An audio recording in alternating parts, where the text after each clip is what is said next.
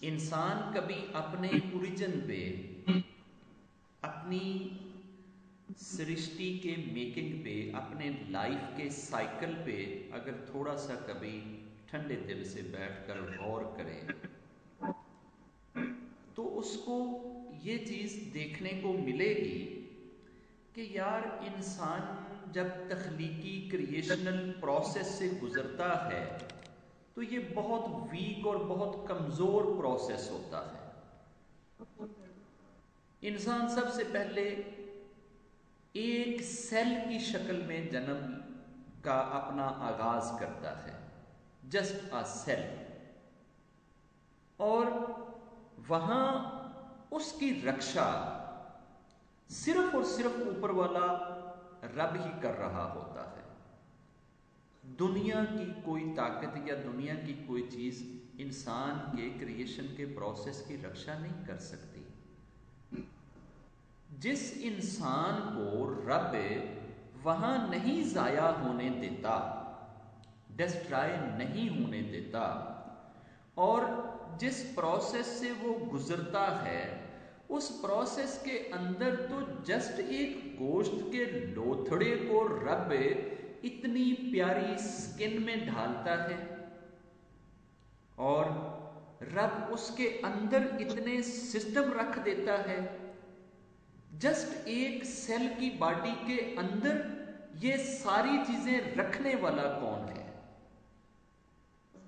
जब शरीर इतना छोटा है, इतनी छोटी बॉडी है, इतनी छोटी बॉडी के अंदर रब ने ये सारी मेकिंग अगर की है तो हाउ इज इट पॉसिबल? इंसान का अगर आप लिसनिंग सिस्टम पे गौर करें तो डॉक्टर हैरान हैं कि यार रब ने इंसान के कानों का सिस्टम बनाया कैसे है, कि इंसान अपनी बात को सुन के अपने माइंड तक पहुंचाता कैसे है। इंसान की आंख का नूर किस तरीके से काम करता है और चीजों की इमेज बना लेता है। इंसान के रेस्पिरेटरी सिस्टम किस तरीके से है।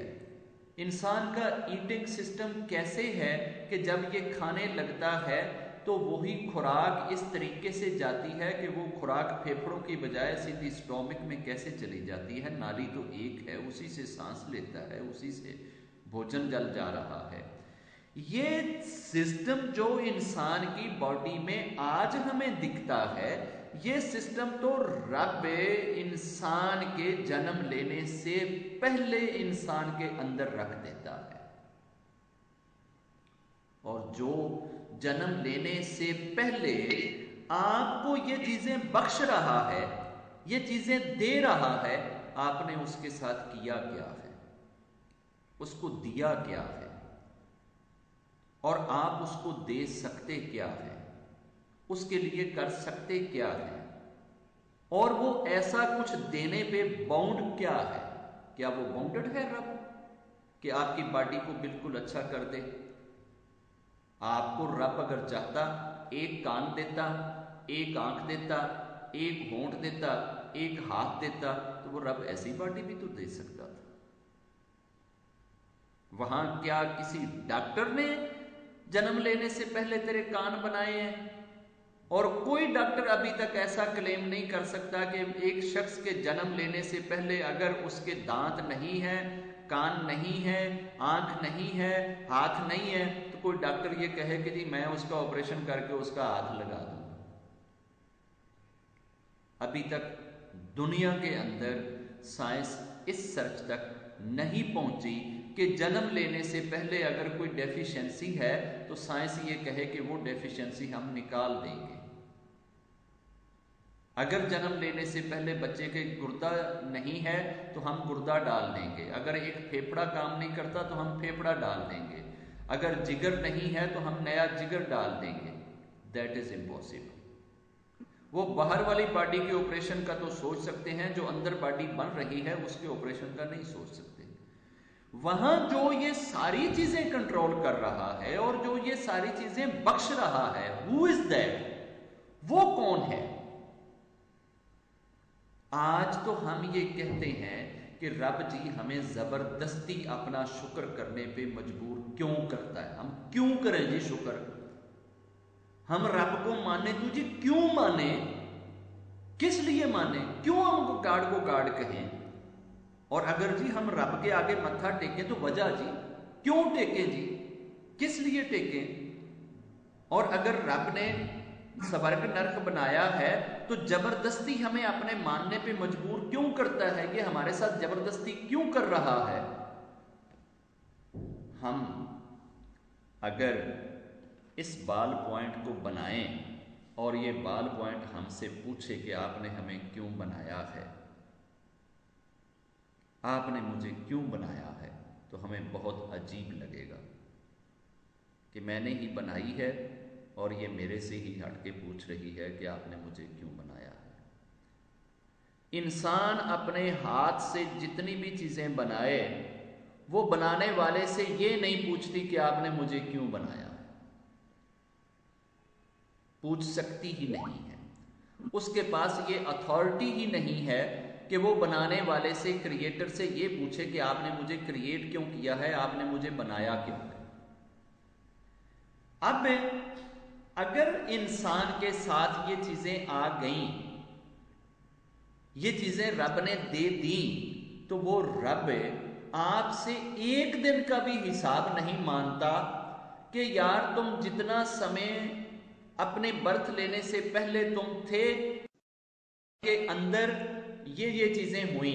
जय गुरु जी बेटा जी, जय गुरु जी। बाबा जी बेटा आप लिंक हुए हैं उनके साथ या आप अलग से हैं?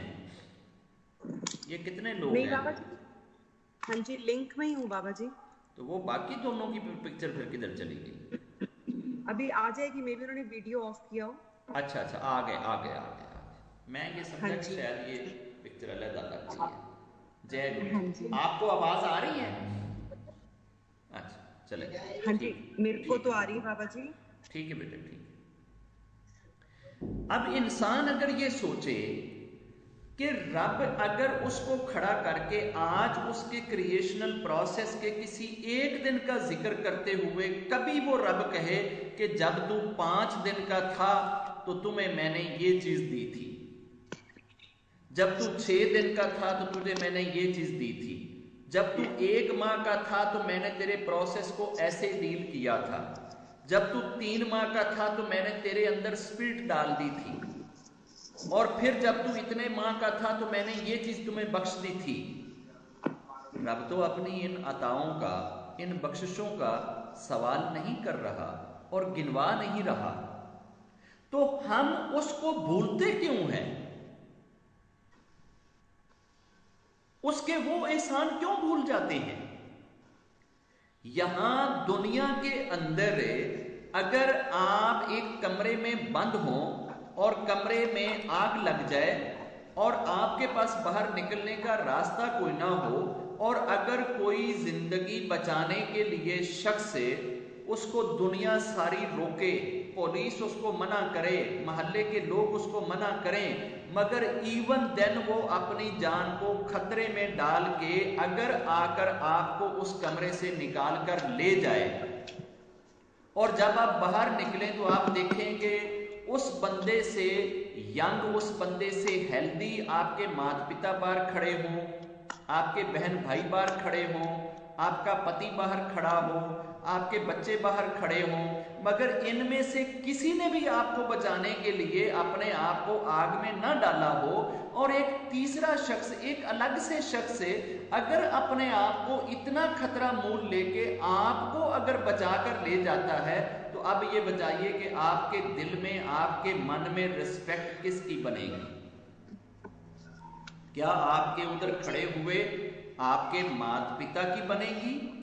क्या आपके बहन भाइयों की बनेगी? आपके बच्चों की बनेगी?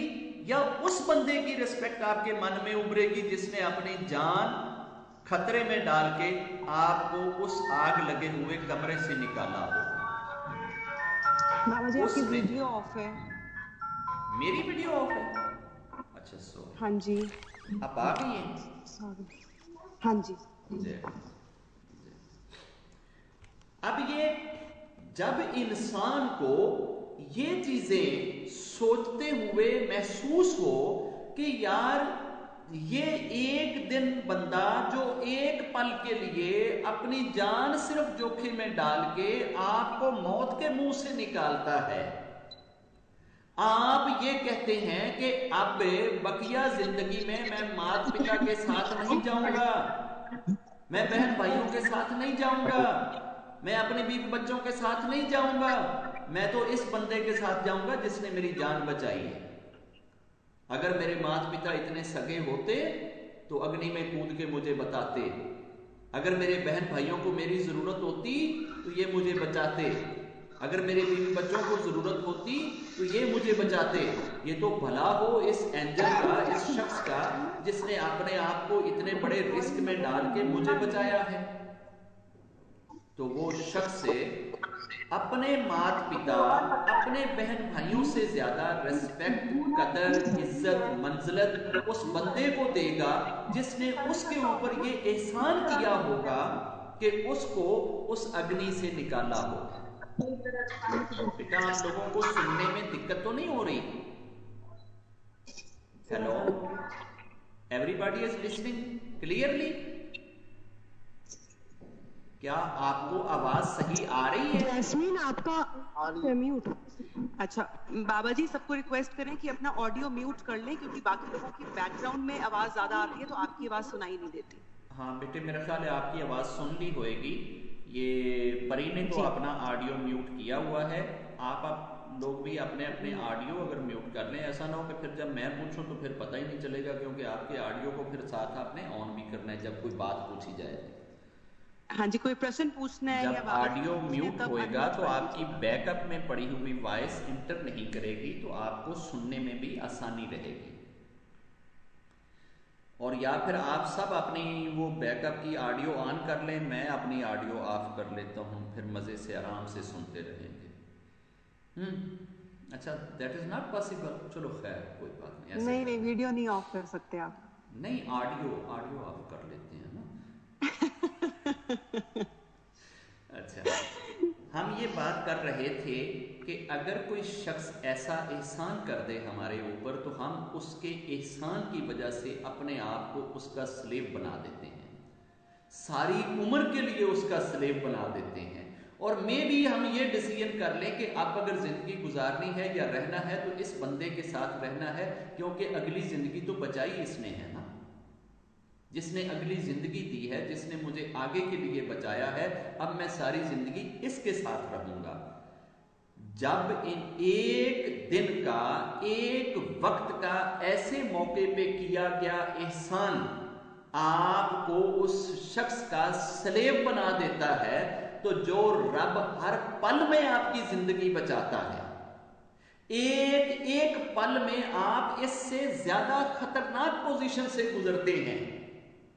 जो पोजीशन बाहर हम एक इमेजिनरी बना रहे हैं कि जी अगर आपके कमरे को आग लग गई और आपके जिंदगी के बचने के चांसेस नहीं है, तो ऐसी सूरत में अगर कोई शख्स आपको बचाता है तो आप उसके स्लेव हो जाते हैं, जबकि आपके बहन भाई, यार दोस्त, रिश्तेदार सारे आपको बाहर देख रहे हैं और उनमें से कोई आपको बचाने के लिए अग्नि में नहीं कूद रहा, लेकिन कोई दूसरा शख्स कूद के बचा देता है। तो जो बता देता है वो आपको माता पिता से, बहन भाइयों से, यारों दोस्तों से, बीवी बच्चों से सबसे ज्यादा प्यारा लगता है। तो यार वो रब फिर सबसे ज्यादा प्यारा क्यों नहीं लगता जो पहले दिन की जिंदगी से लेकर जन्म लेने के दिन तक एक एक सेकंड में आपको जिंदगी बख्शता है, और आप इससे कहीं ज्यादा खतरनाक सूरत हाल से गुजरकर जन्म लेते हैं। ये कमरे की अग्नि, कमरे की सिचुएशन, ये जितनी भी खतरनाक हो, ये उससे ज्यादा खतरनाक नहीं हो सकती, उससे ज्यादा कॉम्प्लिकेटेड नहीं हो सकती, उससे ज्यादा नाजुक नहीं हो सकती, जिस नाजुक सूरत हाल में रब आपके साथ ये चीजें करता है। अब जब आप अपने इस क्रिएशनल प्रोसेस को जान जाएं, अगर इसको समझ जाएं कि मेरी जो क्रिएशन हुई है उसमें जो रब मेरे साथ एहसान कर रहा है, एहसान करने के बाद आपको जन्म देने के बाद लौट कर आता ही नहीं आपकी तरफ, और एक दफा भी ये नहीं कहता कि मैंने तेरे ऊपर कोई एहसान किया, ये नहीं कहता। यहां अगर कोई बंदा हमें अगर किसी ऐसी सिचुएशन से निकाल दे और वही बंदा कल को हमारे पास अगर आ जाए ना प्याज मांगने के लिए कि आधा किलो प्याज दे देना, मेरे पास आज हंडिया के लिए प्याज नहीं है, आप जरा उसे प्याज ना दे के देखें, सारी दुनिया में आपको गंदा कर देगा, ढंढोरा पीट देगा कि यार ये ऐसी गंदी नस्ल से है कि इसकी हालत ये है कि ये तो मर रहा था, ये तो जल रहा था, मैंने अपने आप को अग्नि में डाल के इसको निकाला था, ये तो डूब रहा था, मैंने इसको बचाया था, ये तो गाड़ी के नीचे पड़ा था, मैंने इसको निकाला था, ये तो फलां जगह पे ऐसी सूरत हाल में था, मैंने इसको ये किया था, और आज इसकी हालत ये है कि ये मुझे पहचानता तक नहीं है। और रब बंदे से ये नहीं कहता कि मैंने जब ये 3 दिन का था तो मैंने इसको ऐसे बचाया था, जब ये 4 दिन का था तो मैंने इसको ऐसे बचाया था, जब ये 1 माह 7 दिन का था तो मैंने इसको ऐसे बचाया था, एक दफा इसकी माँ इतनी तेज भागी थी और मैंने इसको ऐसे बचाया था, एक दफा इसकी मम्मा का एक्सीडेंट हो गया था, मैंने इसको फिर भी बचा लिया था, एक दफा इसके मम्मा के पास में इतनी जोर से धमाका हो गया था कि उस खटके से पूरा कमरा टूट गया था, मगर मैंने अंदर इसको जाया होने से बचा लिया था। ऐसे करोड़ अगर मौके वो गिनवाना चाहे तो वो गिनवा देगा। और जब वो ये गिनवाने पे आए कि जब मैं इसके अंदर इसके कानों का सिस्टम लगा रहा था, लिसनिंग सिस्टम इसका लगा रहा था, तो उसमें ये कॉम्प्लिकेशंस आ रही थी। जब मैं इसकी आंखें बना रहा था तो उसमें ये कॉम्प्लिकेशंस आ रही थी। जब मैं इसका बोलने का सिस्टम बना रहा था तो ये कॉम्प्लिकेशंस थी। जब इसका मैं चेस्ट सिस्टम बना रहा था तो ये कॉम्प्लिकेशंस थी। जब मैं इसका लंग सिस्टम बना रहा था तो ये कॉम्प्लिकेशंस थी। जब इसका डाइजेस्टिव सिस्टम बना तो उसके साथ ये इश्यूज आ रहे थे। किसी एक इशू का नाम तक नहीं लेता। वो अगर चाहे तो सिर्फ हमारी स्किन की स्मूथनेस, सिर्फ इतनी का ही हिसाब मांगने आ जाए और हम ये कहें कि रब्बा जो तुमने हमारी स्किन को सिर्फ स्मूथ रखा हुआ है और स्मूथ बनाया है, प्लेन बनाया है, प्लेन ही रखा है, अगर मैं सिर्फ इसी चीज पे तेरा शुक्र करने पे आऊं तो मैंने जब से जन्म लिया है मैं मत्था टेक लूं और जब तक मेरी सांस चलती रहे मैं मत्था टेक के रखूं तो मेरे रब्बा तेरा शुक्र तो फिर भी अदा नहीं, मैं तेरा शुक्र नहीं कर सकता, क्योंकि ये इतना बड़ा एहसान है। और अगर तू चाहता तो मेरी सारी बॉडी को ठीक कर देता, मेरी आंखें ठीक होती, मेरे कान ठीक होते, मैं सारा कुछ मेरा ठीक होता और बाई बर्थ मेरे मुंह में जुबान ही ना तू रखता। अगर तू जुबान ना रखता तो मैं सारी जिंदगी भी इस कमी को पूरा करने की कोशिश करता तो ये मेरी कमी ना कभी पूरी होती। इंसान का बच्चा और जिसको ये ह्यूमन कजन कहते हैं, चिंपैंजी, जिसकी शक्ल शुबहात, फिजिक, बॉडी, आदतें सब कुछ इंसान से मिलता है, इस चिंपैंजी की जब ग्रोथ होती है और जब इंसान के बच्चे की ग्रोथ होती है तो खुदा का करना ये देखें कि पहले 120 दिन के अंदर अंदर चिंपैंजी के बच्चे की जो माइंड के लिए रिक्वायर्ड प्रोटीन है, जिससे ह्यूमन इंटेलेक्ट और ब्रेन की ग्रोथ होती है, उसको डफ 1220 कहते हैं उस प्रोटीन को। वो डफ 1220 प्रोटीन चिंपैंजी के अंदर सिर्फ इतनी होती है कि हर चिंपैंजी के बच्चे का माइंड आके 150 पे लॉक हो जाता है और इंसान का लॉक नहीं होता है। इंसान का 350 मिलीलीटर और सेंटीमीटर तक चला जाता है, उसका 150 पे हमेशा क्यों लॉक होता है? वहां लॉकिंग सिस्टम किसके पास है?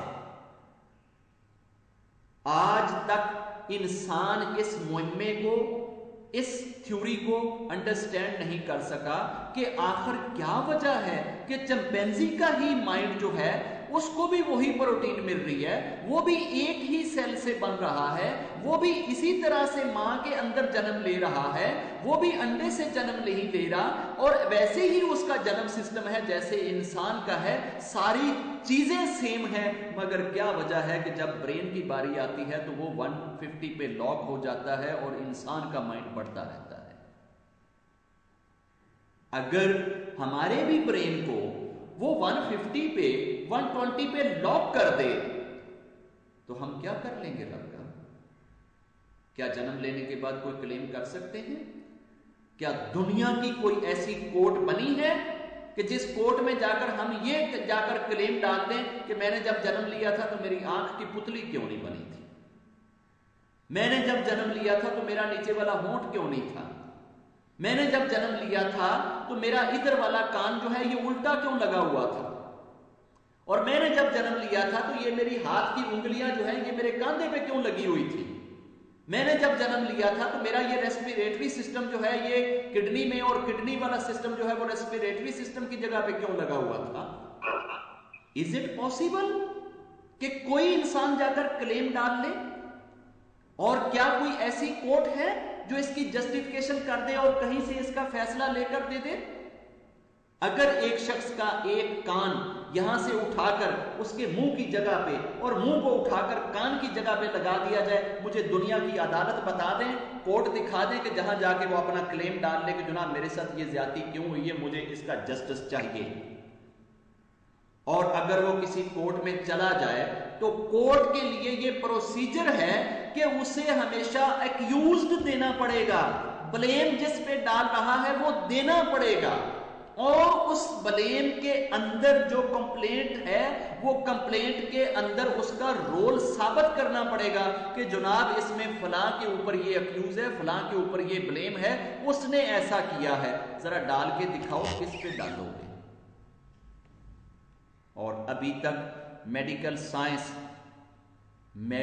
साइंस से अगर पूरी दुनिया की एक जगह पे रख दी जाए और किसी ग्राइंडर में डाल दी जाए और उसको आप मिक्स कर दें, पूरी इंफॉर्मेशन जो इस वक्त तक दुनिया में एग्जिस्ट करती है, सारी एग्जिस्टिंग रिकवरीज, सारी एग्जिस्टिंग रिसर्च, साइंस ने जितना कुछ जाना, सूझा, बूझा, सारी की सारी, चाहे वो कॉस्मोलॉजी कर ले, चाहे वो एस्ट्रोलॉजी कर ले, चाहे वो ज्योग्राफी कर ले, पॉलिटिकल ले, जितना कुछ भी है, सारी साइंस का अगर माखज निकाल के आप एक सेंटेंस में कह दें कि साइंस क्या है, तो आप ये कहेंगे it is just the knowledge of relationships between the things.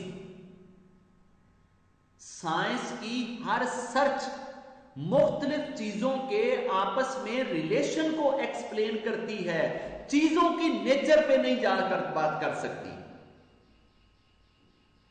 हम अभी तक सिर्फ चीजों के रिलेशनशिप को साइंस की शक्ल में ढाल सके हैं, चीजों की नेचर पे अभी तक हम नहीं जा सके कि चीजों की नेचर के ऊपर हम कोई चीज बनाए। नेचर का तो पता ही नहीं, आज तक किसी को यह नहीं पता कि सबसे पहला आम कहां से आया था। ढूंढ के लाओ जरा वो बंदा, जितना भी बड़ी उसने सर्च करी हो, वो ये बता दे कि पहला आम कहां से आया था। आज तक कोई बंदा ये बता दे कि भाजी पहला किन्नू कित्थों आया सी। कोई बंदा बता दे कि यार वाटरमेलन पहला किधर से आया था।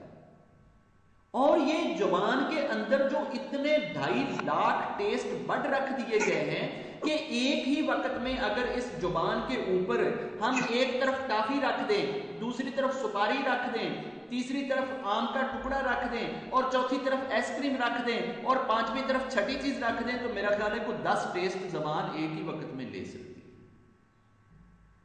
और ये अगर 100 खाने इसके आगे रखे जाएं तो पहले खाने को टेस्ट करो, ये जबान उसका टेस्ट अलहदा से फील करेगी, दूसरे का अलहदा से। अगर 1000 खाना लगा हुआ है और आप आधी आधी चम्मच अपनी जुबान पे रखते जाएं तो ये 1000 डिफरेंट टेस्ट तुझे बताती चली जाएगी, तेरे ब्रेन को ये सिग्नल देती चली जाएगी कि अब तू ऐसी चीज खा रहा है, अब तू ऐसी चीज खा रहा है, अब तू ऐसी चीज खा रहा है। How is it possible?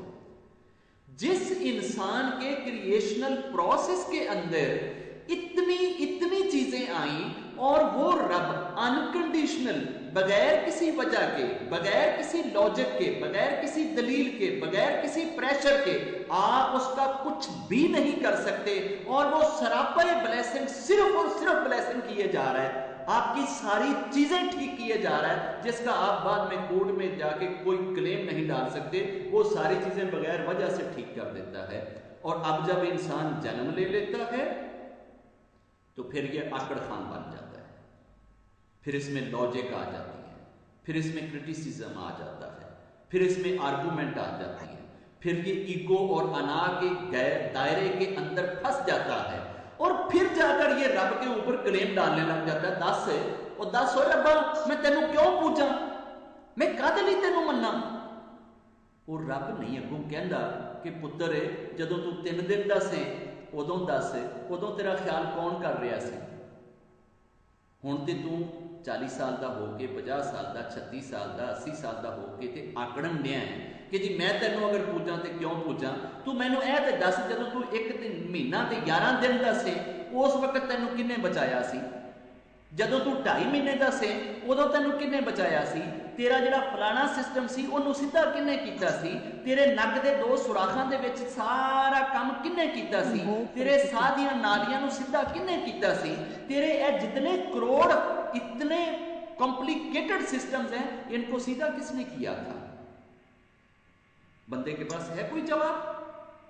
Human brain, इसके अंदर इतने सेल ईश्वर ने रख दिए हैं, इतने सेल हैं कि अगर 18 के आगे आप 36 जीरो लगाएं, 18 के बाद 18 लिख के आगे 36 जीरो लगाएं, इतने brain cell at a time एक दूसरे से लिंक होते हैं। इतनी किस्म की थॉट हम इस ब्रेन से सोच सकते हैं। और अगर इसको किसी इस तरीके से सोचें कि एक अगर आप कागजों का कोई बहुत बड़ा बंडल लें, आप एक पेपर रखें, उसके ऊपर दूसरा पेपर रखें, तीसरा पेपर रखें, चौथा पेपर रखें, आप 15 अरब साल तक पेपर रखते चले जाएं। ये जितने पेपर आप रखेंगे इतने इंसान के ब्रेन में सेल्स हैं जो आपस में इंटरलिंक्ड है। ये इतना बड़ा सिस्टम, इसका क्रिएटर कौन है, इसको किसने बनाया है? और जब ये क्रिएशन तेरे जन्म लेने से पहले तुझे दी जा रही थी, उस वक्त तूने क्लेम क्यों ना डाला कि रब्बा मैं तेनों क्यों पूजा कि तू मेरा सिस्टम बना रहे हैं। ये हार्ट जो जिंदगी में 50-60 साल की जिंदगी में करोड़ों मर्तबा धड़क जाता है, इसकी धड़कन की लिखाई जब वो कर रहा था तो उस वक्त तो हमारा कंप्लेंट नहीं था। उस वक्त तो हमने रब से बात ना करी कि जब मैं जन्म लूं तो मेरा दिल धड़कता हुआ हो, जब मैंने जन्म लिया हो तो मेरी जुबान अपनी जगह पे ठीक हो। ऐसा ना हो कि जैसे परिंदों की जुबान और जानवरों की जुबान कुछ ऐसी भी बनती है कि वो मुंह के अगले हिस्से से तो जुड़ी हुई होती है, पिछले सिरे से खुली हुई होती है, वो मेंढक की तरह यूं जबान से चीज को पकड़ते हैं और उठा के ऐसे डालते हैं। हमारी जुबान भी वो ऐसे बना सकता था क्या? इसका कोई हम क्लेम कहीं डाल सकते थे कि हमारी जुबान ऐसे क्यों बनी है? ये सारी की सारी ब्लेसिंग्स और बगैर वजह के की जा रही हैं, बगैर रीजन के की जा रही हैं, अनकंडीशनल की जा रही हैं, और जिसका बदला हम जिंदगी भर कभी रब को नहीं दे सकते, कभी नहीं दे सकते। किसी एक चीज का भी रिवार्ड नहीं दे सकते, किसी एक चीज की कीमत नहीं अदा कर सकते। क्या मैं अपनी जुबान को ये कहकर इसकी प्राइस चुकाने की कोशिश करूं कि जिस रब ने मुझे बोलने की शक्ति और जुबान दी है, मैं सारी जिंदगी सजदे में पड़ा रहूंगा, मत्था टेके रखूंगा, मेरी 80 साल की उम्र हुई या 120 साल की हुई, मैं ये कहूंगा कि मैंने तो इस जुबान का शुक्रिया अदा कर दिया है? Is it possible? That is not possible कि मैं अपनी जुबान का शुक्र कर सकूं। तो मेरे जिस्म में तो करोड़ सिस्टम हैं, अगर मैं एक जुबान का कर भी लूं, ये मान भी लिया जाए कि मैंने जीवन भर मत्था टेका है और मैं जुबान का शुक्रिया अदा करना चाह रहा था कि इस जुबान से मैं उस रब का नाम ले सकता हूं, तो जुबान का हो जाएगा, बाकी शरीर का क्या बनेगा, बाकी बॉडी का क्या बनेगा? एक बंदा ऐसे ही 300 ईयर्स की एज पाता है और एक समंदर में बैठा हुआ है, समंदर के अंदर छोटा सा एक पहाड़ी टीला है, उसके ऊपर रहता है, दिन रात अपने रब की पूजा कर रहा है और जिंदगी का कोई काम नहीं है। वहीं पे ईश्वर ने एक जगह पे छोटा सा प्याला नुमा एक चश्मा रखा है जिसमें पानी सिम सिम के इतना आ जाता है कि जब उसको प्यास लगती है पानी पी लेता है। वहीं रब ने एक खुराक का इंतजाम किया है कि एक पौधा है उसको फल लगता है, ये डेली वो फल खा लेता है, 300 साल तक वो फल खाता है, उधर से जल पीता है और दिन रात रब की पूजा कर रहा है। आफ्टर 300 ईयर्स जब ये रब के पास जाता है तो रब इसको कहता है कि इस बंदे को मेरी कृपा से, मेरी रहमत से, मेरी बख्शिश से, मेरे फजल से बख्श दो और इसको स्वर्ग में भेज दो। वो बंदा अकड़ जाता है, वो बंदा अकड़ जाता है। मेरा ख्याल है वो बंदा हमारे देश से होएगा, इंडियन होएगा, क्योंकि इनकी अकड़ मरने के बाद भी नहीं मरती। बाकी लोगों की मरने से पहले ही मर जाती है। जब बंदा जो ही 50 साल से ऊपर जाए उसकी अकड़ मर जाती है, इनकी अकड़ और बड़ी हो जाती है। ये अपनी ईगो में इतने स्ट्रिक्ट हो जाते हैं कि जैसे जैसे एजड होते हैं वैसे वैसे अड़ियल होते जाते हैं। अपनी अना के पीछे पूरा देश लुटा देंगे, पूरा जीवन लुटा देंगे, सारी दुनिया लुटा देंगे, अपनी अना को सेक्रीफाई नहीं करेंगे। उसने भी तो 300 साल की पूजा करी हुई थी ना, आकड़ते औनी सी। और पूजा तो वैसे भी बंदे के अंदर अकड़ भरती है। अब 300 साल की पूजा का ख्याल आ गया कि यार सारी जिंदगी एक भी पाप नहीं किया, किसी एक जगह पे भी मैंने जाकर कोई ईश्वर के आदेश के खिलाफ कोई काम नहीं किया, किसी को किसी कष्ट में नहीं डाला, दुख में नहीं डाला, तकलीफ में नहीं डाला, कोई भी मैंने गलत काम नहीं किया। 300 ईयर सिर्फ पूजा पाठ करिए और फिर भी रब ये कह रहा है कि यार इसको मेरी कृपा से बख्श दो, मेरे फजल से बख्श दो। तो उसने वापस हट के उन गणों से कहा जो गण उसको स्वर्ग में लेकर जा रहे थे, और ठहरो ठहरो मैनू जरा रब नाल हिसाब कर लैन दो, रब नाल जरा हिसाब कर लैन दो।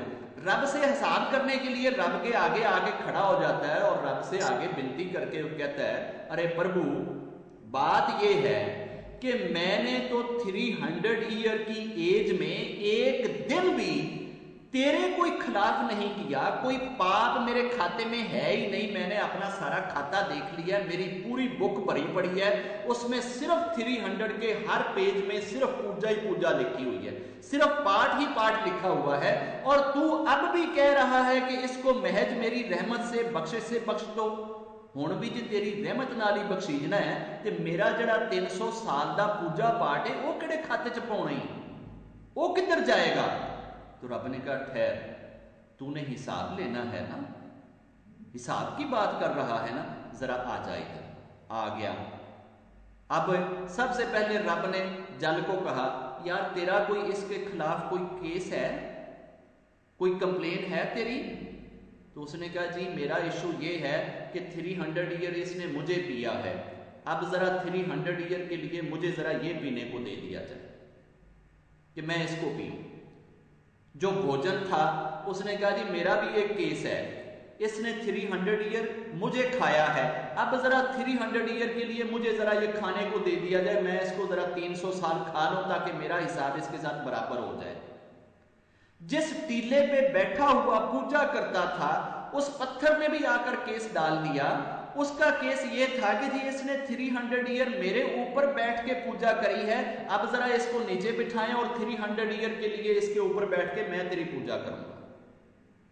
रब ने कहा जरा इनका हिसाब देना है, दे ले इनका हिसाब। ये भी समझ आ गया। रब ने कहा इसको भी छोड़ दे, इसको भी छोड़ दे, अपने 300 ईयर्स की पूजा को इकट्ठा कर ला, उसको तराजू के एक पलड़े में रख दे। तराजू के एक पलड़े में रख दिया। दूसरी तरफ रब ने कहा इसका एक होंठ जो है ना, एक होंठ, एक लिप जो है, दोनों लिप नहीं सिर्फ एक लिप दूसरे पलड़े में रख दो। लिप वाला पलड़ा नीचे चला गया, 300 ईयर की पूजा का पलड़ा ऊपर खड़ा था। रब ने कहा अभी दूसरे होंठ को भी उधर रखूं या कोई कसर बाकी है?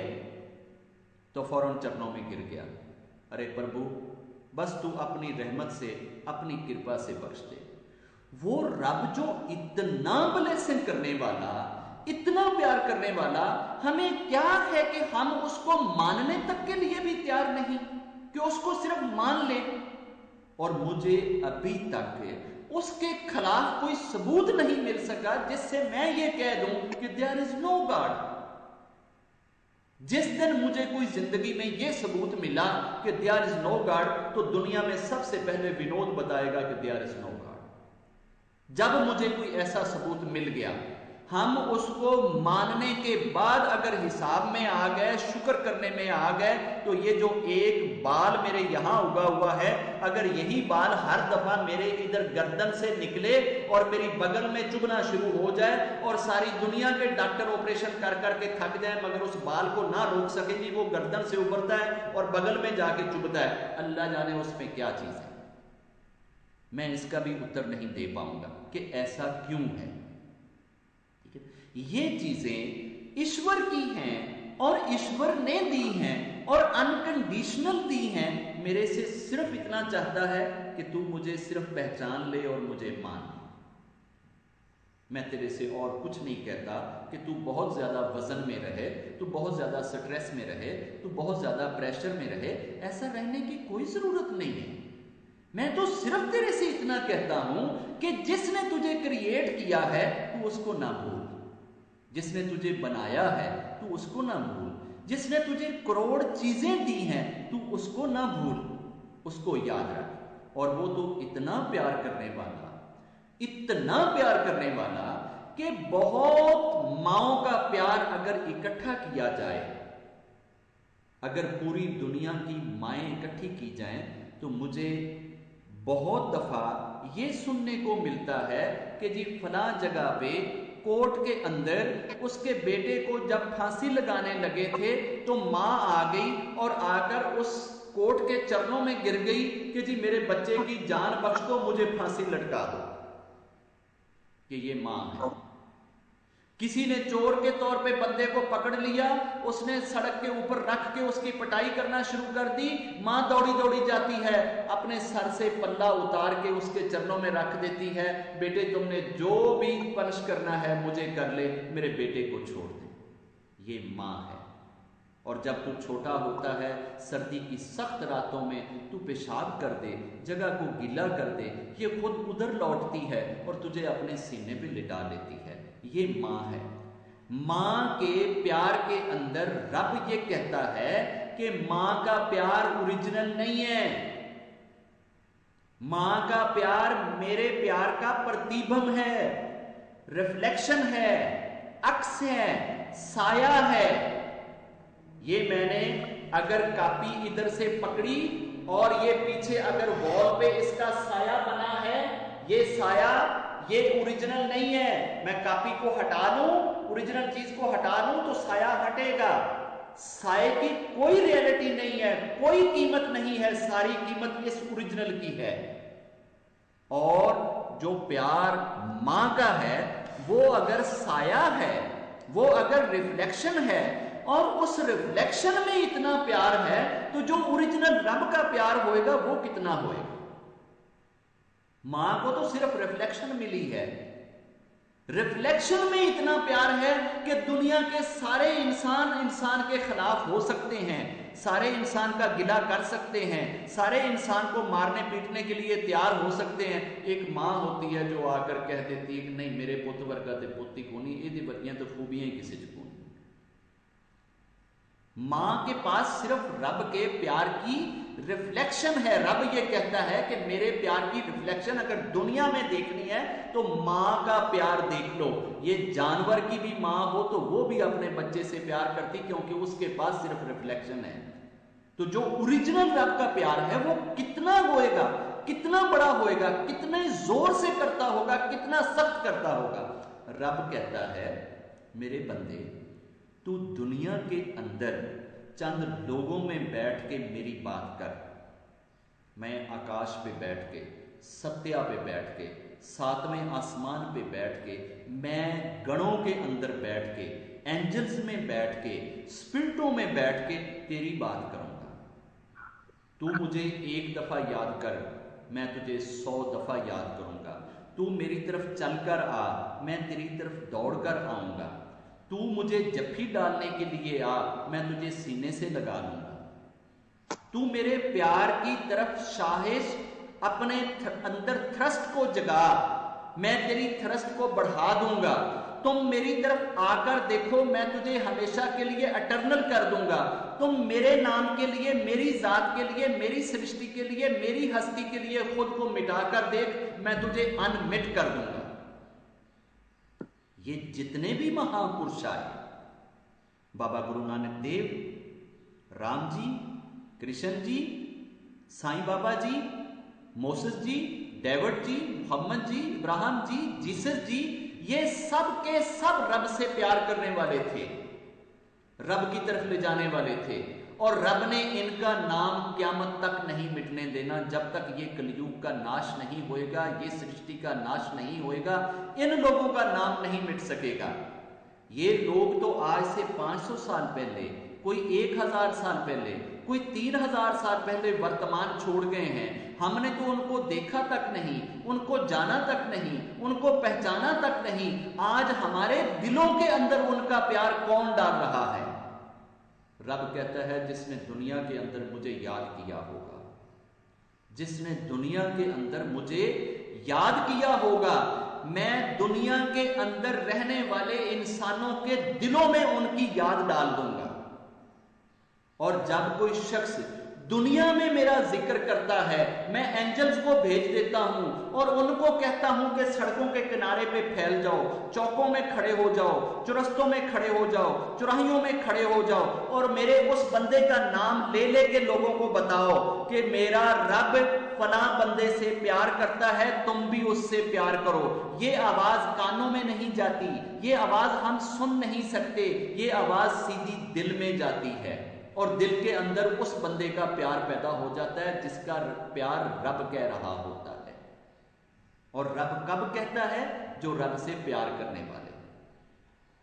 हाँ, वो इतना प्यार करने वाला रब, इतना प्यार करने वाला रब कि अगर सारी दुनिया के ऊपर जितना प्यार है, वो चाहे बहन भाई का प्यार है, पति पत्नी का प्यार है, किसी चीज से प्यार है, किसी जानवर से प्यार है, दुनिया का सारा प्यार इकट्ठा कर लो और उस प्यार को किसी एक प्याले में डालकर आप ले आए, तो दूसरी तरफ रब का प्यार जो रब अपने बंदे से करता है, उस प्यार को अगर इमेजिन लगाएं तो ये जो दुनिया के ऊपर हमें समंदर नजर आते हैं, इस तरह के अगर करोड़ समंदर प्यार के भरे हो और दूसरी तरफ आप हाथ में एक नीडल को पकड़ें, सुई को पकड़ें और उस सुई को समंदर के अंदर डबो के निकालें, तो जो सुई की नोक के साथ जल लगेगा, ये पूरी दुनिया का प्यार उस जल जितना भी नहीं है रब के प्यार के बराबर में, जो रब अपने बंदे से प्यार करता है।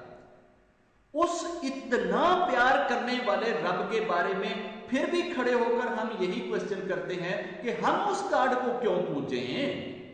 क्या पड़ी है हमें? क्या जरूरत है कि हम उस रब को रब कहें? रब तो हमने अपने सिर्फ दुखों और अपने कष्टों का मुदावा करने के लिए गढ़ लिया है। इंसान जब बेचारा हो जाता है, बेबस हो जाता है, तो रब को घड़ता है।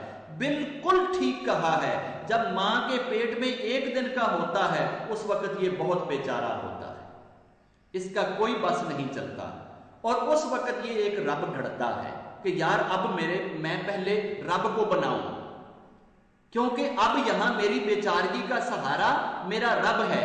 क्या इसने वहां उस वक्त रब को घड़ा जब ये बिल्कुल बेचारा था, जब इसके बस में कुछ नहीं था?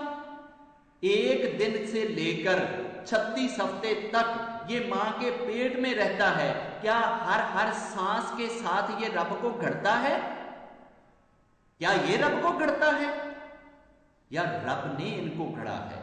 ये पूरी की पूरी सृष्टि रब के हिसाब से तो जस्ट ऐसे है कि जैसे हम घर के अंदर एक मछली के लिए छोटा सा एक्वेरियम लाके खड़ा कर दें और उस एक्वेरियम के अंदर एक मशीन लगा दें जो दिन रात जल को रोटेट कर रही है, और हमें उस मशीन की टाइमिंग का भी पता है कि जब हम एक दफा इसको ऑन करेंगे, ये 1 घंटा 36 मिनट तक इस चरण को इसको रोटेट करके चरण करेगी, और 1 घंटे 36 मिनट के बाद ये चीज ने खत्म हो जाना है, मुझे दोबारा करनी है। रब को इस सृष्टि, इस निजाम, इस कायनात, इस यूनिवर्स के टोटल टाइम का भी पता है कि ये कब से शुरू हुआ है, कब जाके इसने मुक्त होना है। आज साइंस इस चीज को ढूंढने की कोशिश कर रही है कि इस सृष्टि ने खत्म कब होना है। रब को पहले से मालूम है, उसने लिख रखा है, वो जानता है, मगर हम इस एक्वेरियम के अंदर हैं और एक्वेरियम से बाहर भी नहीं निकल पा रहे। मेरी दुआ है कि वो रब जो इतना अटर्नल, इतना यूनिवर्सल, इतना फर्स्ट एवर और लास्ट एवर, सिर्फ और सिर्फ ब्लेसिंग, सिर्फ और सिर्फ प्यार, सिर्फ और सिर्फ मोहब्बत, और हम इंसान होके हम तो एक हवा जो सारी जिंदगी फांकते हैं, इस हवा का भी थैंक नहीं कर सकते।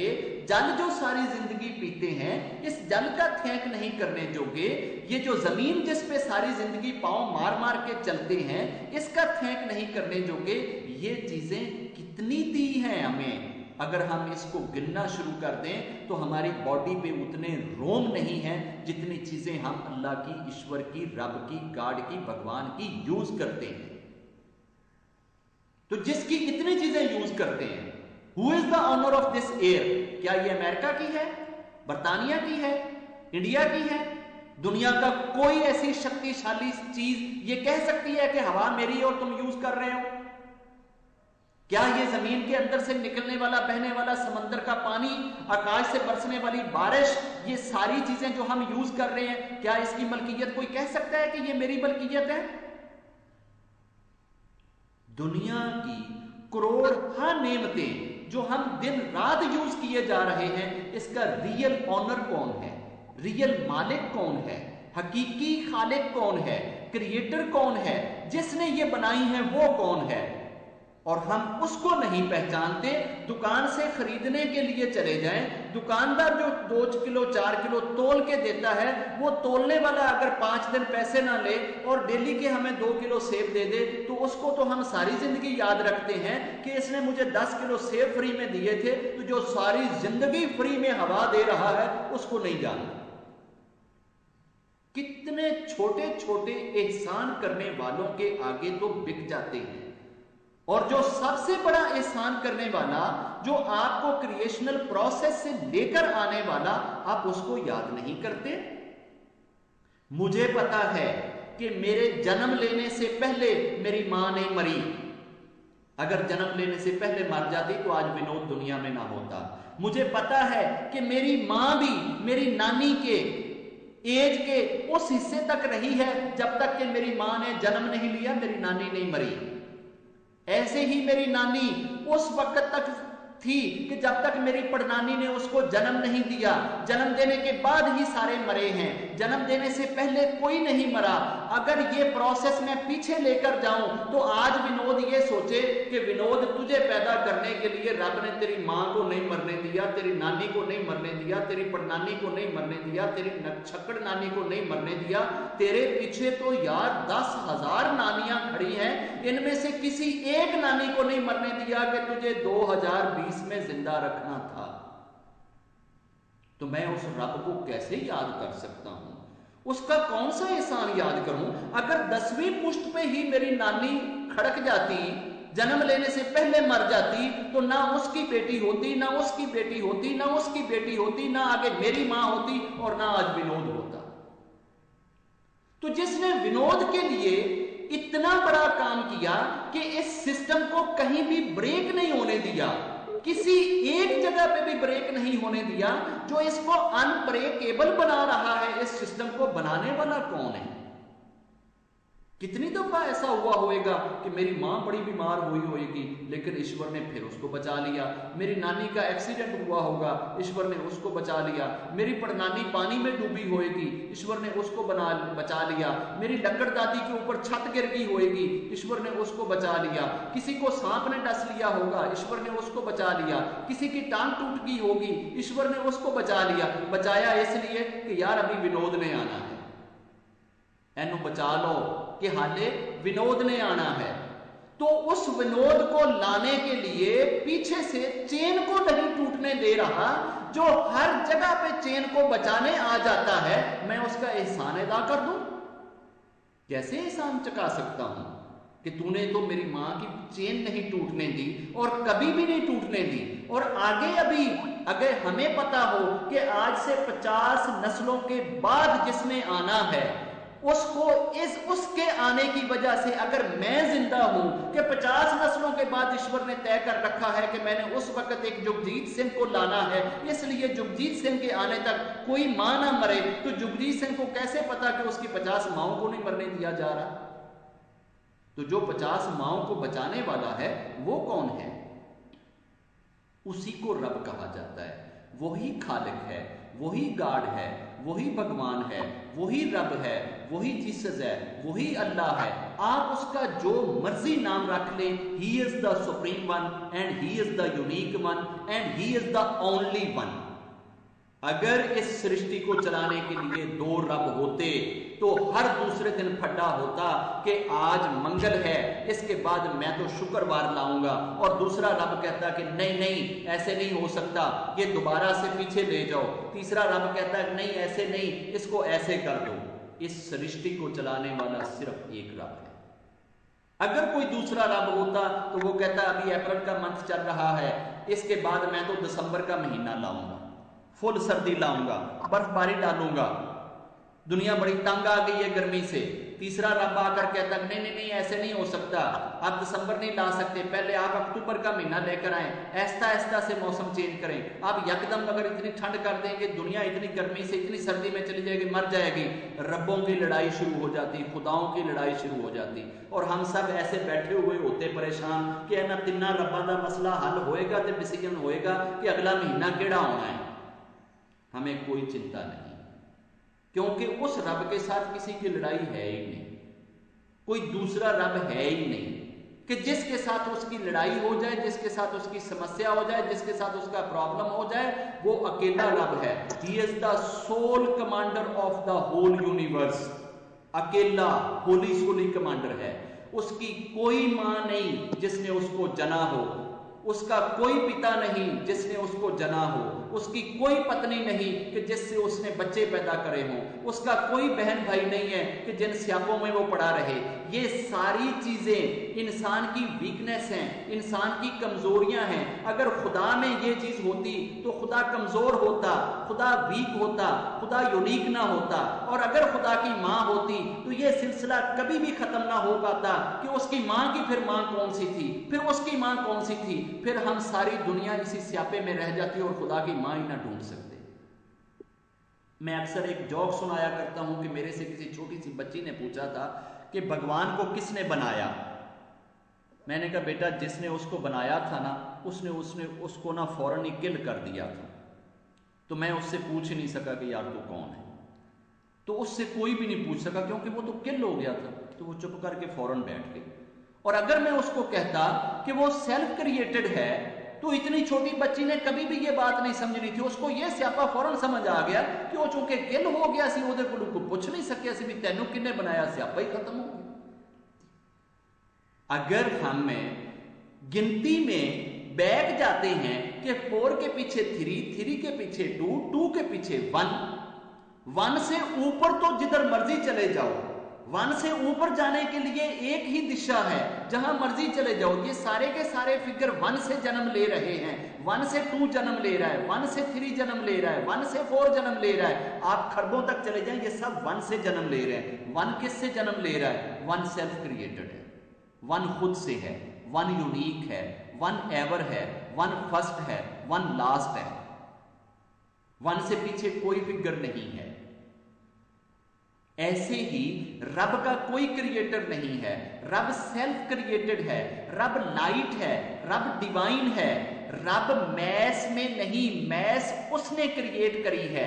रब लाइट है और वो ऐसी लाइट है जो सेल्फ क्रिएटेड है। वो दुनिया वाली लाइट और रोशनी नहीं है कि जिसमें एनर्जी हो और एनर्जी को आप किसी चीज में कन्वर्ट कर लें। रब किसी चीज में कन्वर्ट नहीं होता।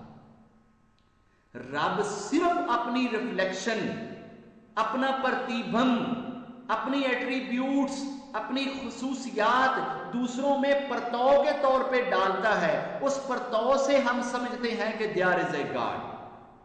हम अपने कमरे के अंदर एक रोशनदान लगाएं और इधर एक मिरर लगा दें। उस मिरर में अगर सूर्य देव का प्रतिबिंब पड़ता है, हम मिरर में देखें तो हमें सूर्य देव दिखता है। मिरर के अंदर सूर्य देव नहीं है, सूर्य देव ने तो सिर्फ उस मिरर को अपने अंदर रिफ्लेक्शन के तौर पे लिया है। ये रिफ्लेक्शन इस पूरी यूनिवर्स में हमें रब का दिखता है। रब सत्या पे है। सत्या कितनी दूर है? हाले तिकन ते दुनिया पहले भू तिकन नहीं पहुंच सकी जो पहला आकाश है। पहले आकाश से 7 टाइम दूसरा आकाश है। जितना इस पृथ्वी से फर्स्ट आकाश का डिस्टेंस है, इससे 7 टाइम करें तो सेकंड आकाश भव्वा है, फिर आगे भवास है, फिर सवर है, जनास है, महास है और तपास है और फिर सत्या है। और हर एक का डिस्टेंस 7 टाइम ही इंक्रीज होता जाता है। फर्स्ट आकाश से सेकंड का 7 टाइम, उससे 7 टाइम थर्ड का, उससे 7 टाइम फोर्थ का, उससे 7 टाइम फिफ्थ का, उससे 7 टाइम सिक्स्थ का और फिर उससे 7 टाइम सेवंथ का है। हम फर्स्ट आकाश पे जाने के लिए आज रॉकेट में बैठ जाएं, मैं उसमें जवान होके बूढ़ा होके मर खप जाऊं, मेरा बेटा उसमें जवान होके बूढ़ा होके मर खप जाए और वो रॉकेट चलता रहे। इस तरीके से मेरी 1000 जनरेशन जन्म लेती रहें और ये मर खप जाए, उसी रॉकेट के अंदर रॉकेट चलता रहे, तो रॉकेट पहले आकाश तक नहीं पहुंच सकता। उससे आगे सेकंड, थर्ड, फोर्थ, फिफ्थ और सेवंथ भी पड़े हुए।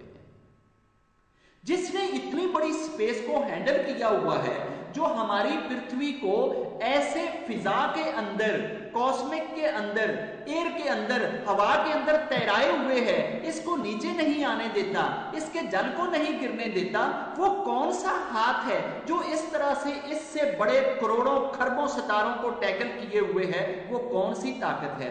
इतनी बड़ी ताकत और फिर कृपा ही कृपा, इतनी बड़ी ताकत फिर रहमत ही रहमत, इतनी अथॉरिटी फिर रहमत, इतना इख्तियार फिर रहमत। यहां तो किसी को 2.5 आने का इख्तियार मिल जाए तो वो पूरी दुनिया को दुर्ली स्टाफ पे लगा देता है। एक SHO नहीं मान, एक थानेदार नहीं मान, एक कोई सेना का कमांडर बन जाए वो नहीं मान, अगर कोई किसी देश का प्रधानमंत्री बन जाए उसके 100 स्यापे खड़े हो जाते हैं कि उसके हाथ में शक्ति आ गई है, अथॉरिटी आ गई है, अब वो किसी की नहीं सुनता।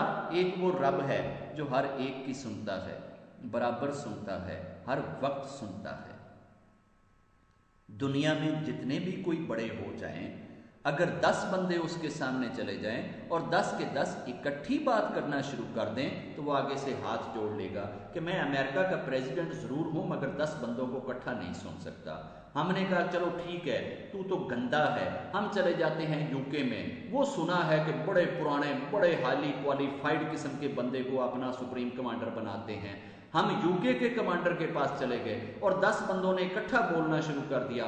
उसने भी हाथ जोड़ दिया, जी मैं आपकी बातें नहीं सुन सकता, तुम इकट्ठे बोलते हो। हम ऑस्ट्रेलिया गए, जापान में गए, हर देश में गए, एंड ते आके मोदी जी के अगे हाथ खड़े कर दिते कि जनाब जी तुसी ते सुन लो, तुसी ते साडी भाषा भी जान दो, तुहाडे देश दे हैं, तुहानू वोट भी दिता सी, तुहानू प्रधानमंत्री भी बनाया है, वो भी हाथ जोड़ देवेगा जे अगर 10 बंदे इकट्ठे बकवास करोगे तो मैं नहीं सुन सकता। वो रब है। अगर पूरी दुनिया इकट्ठी एक वक्त में कलेक्टिवली रब रब कहे तो वो हर एक के रब रब कहने को अलग सुनता है, उसकी लैंग्वेज में सुनता है, उसके शब्दों में सुनता है और उसको उसी की लैंग्वेज में जवाब भी देता है। कोई फ्रेंच में याद करे, कोई पर्शियन में याद करे, कोई जापानी में याद करे, कोई हिंदी में याद करे, कोई टोपोलॉजी में याद करे, जिस लैंग्वेज में उसको बोलेगा रब उसी लैंग्वेज में उसकी सुन लेगा। आज दुनिया का छोटा सा बंदा हो, आपने डेट लेनी हो, अपॉइंटमेंट लेनी हो, अपनी अर्ज उसके आगे डालनी हो, एप्लीकेशन डालनी हो, तो 100 बीच में उसने अपने स्यापे रखे हुए हैं। हम भी चाहते हैं कि हमारी ये बात प्रधानमंत्री तक पहुंच जाए, लेकिन दरमियान में कोई एक टीम बैठी हुई है, उनको मेल करेंगे, वो पूरी टीम उस मेल को देखेगी, हमारी विनती रिक्वेस्ट इस लेवल की हुई तो मोदी जी तक जाएगी, अगर वो इस लेवल की नहीं होएगी तो मोदी तक भी नहीं पहुंच सकती। और वो टीम उधर ही उसको रिजेक्ट कर देगी। और रब ऐसा रब, इतनी बड़ी अथॉरिटी वाला रब, पूरी यूनिवर्सिटी, पूरी यूनिवर्स को चलाने वाला रब, वो आगे से ये कभी भी नहीं कहता मैं एक टीम बिठाई हुई है, पहले उस टीम ਨੂੰ जाके विनती करो, उस टीम ने अगर समझा कि तुम्हारी विनती मेरे तक आएगी, नहीं तो फिर भौंको परा। हम जब बोले, जहां बोले, जैसे भी बोले, जिस मुंह से बोले, जिस जुबान से बोले, जिस हाल से बोले, वो रब सुनता है। हमें उस रब को मानने में, उस रब को जानने में, उस रब को पहचानने में आखिर क्या दिक्कत है कि जो इतनी अथॉरिटी रखने के बाद, इतने इख्तियार रखने के बाद, इतनी बड़ी यूनिवर्स को चलाने के बाद आज तक कभी किसी से उसने ये नहीं कहा आज मैं बहुत थका हुआ हूं, कल बात कर लेना। आज मैंने पहले ही 3.5 घंटे जो है वो भाषण दिया है, अब मैं आपसे बात नहीं कर सकता, अब मेरी नींद का टाइम है, अब मेरे भोजन का टाइम है, अब मेरे खाने का टाइम है, अब मैंने किसी और को टाइम दिया हुआ है, अब मैंने किसी जगह पे जाना है, अभी मैं घर में नहीं हूं। ये करोड़ बहाने हैं। वो रब ऐसा कोई बहाना यूज नहीं करता। वो जब याद करो, वो हमेशा ये कहता है हाँ हाँ मैं तेरे लिए ही फ्री हुआ था, मैं तो बिल्कुल फ्री बैठा हूं, मैं बिल्कुल थका हुआ नहीं हूं, मैं कभी भी नहीं सोता, मैंने कोई दरमियान में बंदा नहीं रखा हुआ, मेरा कोई पीए नहीं है, आपको कहीं किसी के पास नहीं जाना पड़ेगा। तू जिधर भी है, तू जहां भी है, जिस हाल में भी है, तू समंदर में है, तू पहाड़ों में है, तू जंगल में है, तू किसी जानवर के पेट में है, तू जहां भी याद कर, मैं तेरी याद को फौरन सुन लूंगा, क्योंकि मुझे रब कहा जाता है। ऐसे को ही रब होना चाहिए। और अगर उस रब की इतनी ही अथॉरिटी ना हो, उसकी इतनी ही पहुंच ना हो कि मुझे अगर कोई बड़ा हाथी निगल ले, सांप निगल ले, मछली निगल ले और मैं उसके पेट में जाकर रब को याद करूं और रब आगे से ये कहे कि मेरा क्या कसूर है, मेरी इत्थे पहुंच ही नहीं, हुण तैनू ते इस हाथी ने निगल लिया, हुण मैं तेरा कुछ नहीं कर सकता, हुण तू खप। तो जो रब मुझे बेयारो मददगार छोड़ दे, वो रब नहीं हो सकता। मैं समंदर में डूब रहा हूं, मुझे कोई नहीं बचाने वाला, ताहद्दे निगाह कोई किनारा नजर नहीं आता और मैं रब को पुकारूं और वो आगे से कह दे मैं तो बेबस हूं, मैं अब तुझे नहीं बचा सकता, क्योंकि इस इतने गहरे समंदर में तो मैं आ नहीं सकता, इस जल का तो मैं मुकाबला कर नहीं सकता। जिस रब की इतनी 100 मजबूरियां, 100 स्यापे हों, मैं उसको रब क्यों कहूं? और जिस रब ने आज तक मुझे कभी भी मेरा कोई पाप ना याद कराया हो, मुझे आगे से ताना ना दिया हो, मुझे कभी ये ना कहा हो विनोद कभी अपना मुंह देखे, तेरा मुंह इस लायक है कि तू मेरे नाल गल करे, तेरे कोले कोई ऐसा कर्म है कि तू मेरे नाल गल करे, कोई ऐसी नेकी कीती है कि तू मेरे को अपॉइंटमेंट ले सके, और तेरे च ऐसी क्वालिटी केड़ी है कि मैं तेरे नाल बह के गल्लां करां? वो ऐसा कुछ नहीं कहता। इतनी अथॉरिटियों वाला, इतनी ताकत वाला, इतने इख्तियार वाला, इतने कंट्रोल वाला, और इसके बावजूद ये कहता है कि विनोद तू जब भी कहेगा, जिस टाइम कहेगा, जिस पल कहेगा, जिस सेकंड कहेगा, तू मुझे हमेशा अपने लिए फारिग पाएगा, मैं उसी को रब कहूंगा। बाकी सब के सब आपको रब से मिलाने वाले हैं। जमीन पे जितने आए हैं ये सब रब नहीं है, रब से मिलाने वाले हैं। मैं लास्ट पे 1 मिनट की एक कथा सुना के इसको सम अप करता हूं कि एक रब के महापुरुष थे, रब के प्यारे थे, रब से मिलाने वाले थे। एक दिन वो अपने कमरे में बैठ के पूजा कर रहे थे कि अचानक उन्होंने ये देखा कि उनका पूरा कमरा लाइट से भर गया है, रोशनी से भर गया है। जब उन्होंने लाइटेड कमरे को देखा तो एक कोने के अंदर किसी एंजल को, किसी फरिश्ते को, किसी गण को एक बुक के अंदर कुछ लिखते हुए देखा। ये जाते हैं उसके चरणों में बैठकर उससे पूछते हैं, अरे भैया तुम क्या लिख रहे हो? उसने कहा कि मैं एक लिस्ट बना रहा हूं, उन लोगों की लिस्ट बना रहा हूं जो खुदा से प्यार करते हैं, जो खुदा से प्यार करते हैं, मैं उन लोगों की लिस्ट बना रहा हूं। ये उनके चरणों में बैठकर हाथ जोड़ के विनती करते हुए कहते हैं कि अरे प्रभु, मैं इतनी जुर्रत कर सकता हूं, मैं आपसे इतना पूछ सकता हूं कि क्या मेरा नाम इस लिस्ट में है, जो लिस्ट तुम बना रहे हो कि जो खुदा से प्यार करते हैं? तो उसने आगे से सर को यूं हिला दिया। I am sorry, your name is not here, आपका नाम इधर नहीं है।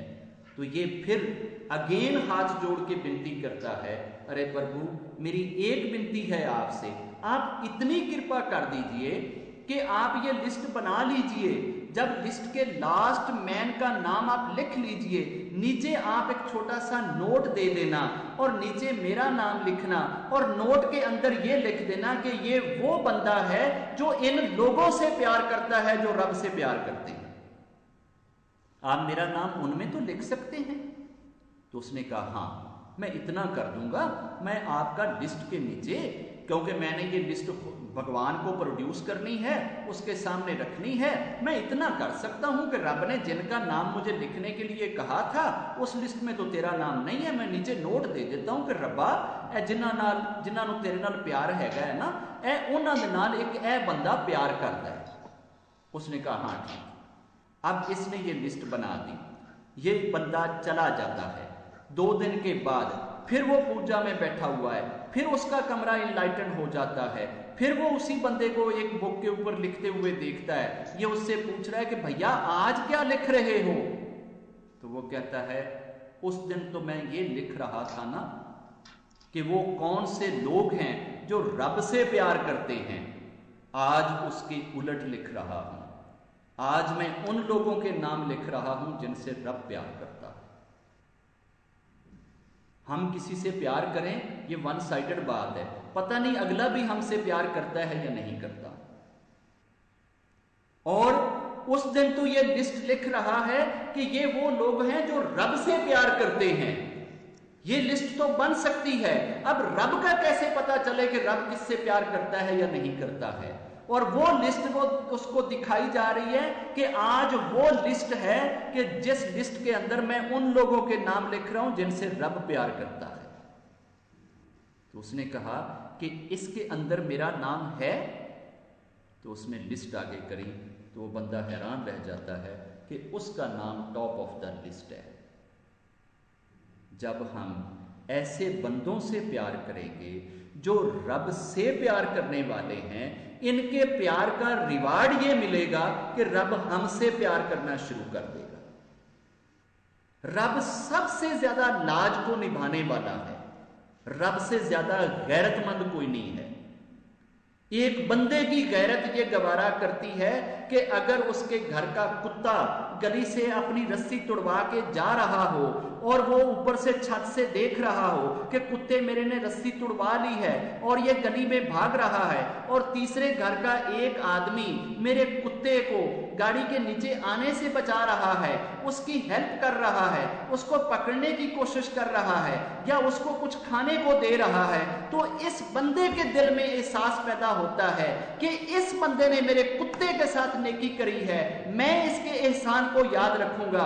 तू बंदा होके अपने कुत्ते के साथ होने वाली नेकी को याद रखता है, नेकी करने वाले इंसान को याद रखता है, तो उस रब के साथ जो बंदे प्यार करते हैं, अगर कोई शख्स उनके साथ प्यार करे तो वो ऊपर वाला भी लाज निभाएगा कि हाँ हाँ ये वो लोग हैं जो उनसे प्यार करते हैं जो मुझसे प्यार करते हैं।